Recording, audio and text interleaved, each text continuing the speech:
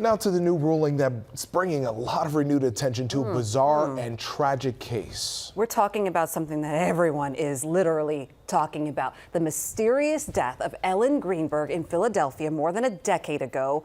Her death once again ruled a suicide, even though she died of multiple stab wounds.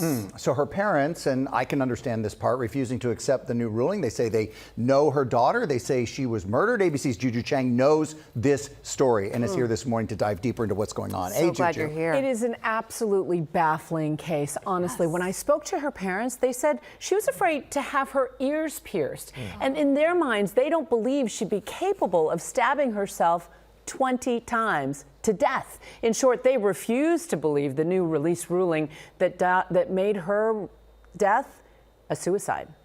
This morning, the mysterious stabbing death of Ellen Greenberg once again ruled a suicide by the Philadelphia Medical Examiner's Office after her family's years-long battle to re-examine the case.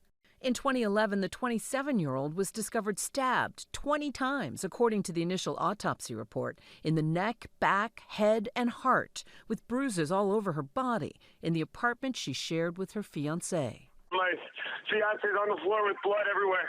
Is it the house or apartment? Oh no! Oh no! Her fiancé, who found her, was never accused of foul play. The medical examiner who conducted her autopsy originally ruled her death a homicide, only to change it to suicide weeks later. In the 32-page report released Friday, Chief Medical Examiner Dr. Lindsay Simon saying Greenberg would be capable of inflicting these injuries herself, noting that there was no sign of a struggle or an intruder and no defensive wounds. The report also showing 20 additional bruises and 3 additional cuts in the skin, unaccounted for in the initial autopsy. Simon also noting that Greenberg was a young woman suffering from anxiety and that there was no trace of her fiancé's DNA or anyone else's on the knife. But Greenberg's attorney says Dr. Simon's report shows distorted portrayals of Ellen's mental health. Dr. Simon misunderstood the assignment. The question for the ME was never whether he did it, it was whether she did, right? It's not her job to find a murderer, only determine whether or not there's been a murder. Ellen's family reacting to what they perceive as the lack of answers, saying in a statement, "Recently we allowed ourselves to hope a breakthrough would come. But those hopes were dashed again by the same machine that has ignored us for almost 15 years.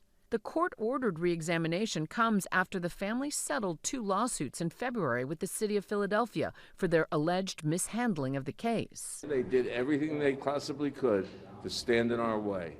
Instead of helping us. Shortly before the settlement, the medical examiner who performed the original autopsy saying, "Since issuing the amended death certificate, I have become aware of additional information. It is my professional opinion Ellen's manner of death should be designated as something other than suicide." And we should note that Dr. Marlon Osborne, the original medical examiner, did not return our request for comment. Now, today, Ellen's parents plan to attend a hearing on the report scheduled in a Philadelphia courtroom. We'll have much more wrapped up on all of this, plus exclusive interview with the parents tonight on Nightline. But really, you should be sure to watch the ABC News studio series, Death in Apartment 603. What happened to Ellen Greenberg?